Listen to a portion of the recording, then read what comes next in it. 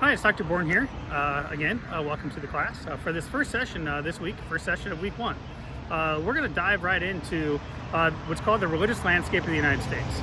And so if we're going to be talking about religion and talking about religion in the United States, it's really important for us to understand, what are we talking about? How are people religious in the United States?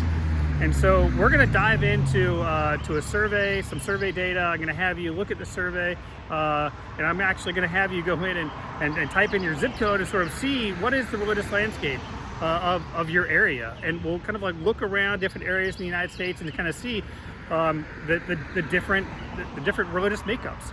The Northeast is not the same as here in North Carolina. Here in Raleigh, it's not the same as rural North Carolina. And so versus the Northwest, versus Texas. And so we have different pockets across the country with regard to the religious landscape. You have Catholicism that's prominent more in the Northeast and becoming more and more popular in these metro areas in the South.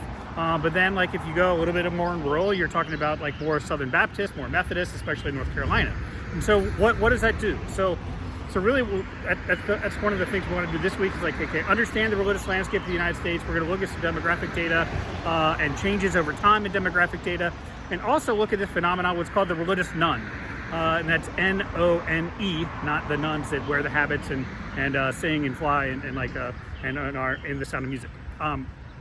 But none. So this is none of the above. And so what happens when this people who say, when they're asked, with what religion do you self-identify, and they list all the religions, they'll say none of the above. And so what does that mean? Does that mean that we're becoming more and more atheistic? No, it doesn't. Because these nuns, they still pray, they still go to church, they still do all these things. Religion is still important in their lives. It's just they don't affiliate with any one particular religious denomination. And so we're going to look at a difference between this nun group and between a group that you're going to find in your survey data called unclaimed. And so we're going to unpack a little bit about what the unclaimed are versus these religious nuns. And then at any time a news service goes out, it's like, oh my God, religion, it's on such a steep decline in the United States because look at the rise of all of these nuns. Again, N-O-N-E-S. We could respond to them. It's like, well, you're not really understanding how the data works. You're not, just because they don't self-identify, they still believe in God. 96 to 97% of people in the United States believe in God or a higher power. So that part isn't decline. It's just this self-identification, this affiliation with an organized religion that might be on the decline, but other aspects of religion are holding steady. So we're going to look at that. We're going to break that apart. And so that's in session one. You have some activities. You have a response due, but I'll list it all out in Moodle. But this is an intro to the section, and I'll do this for each session.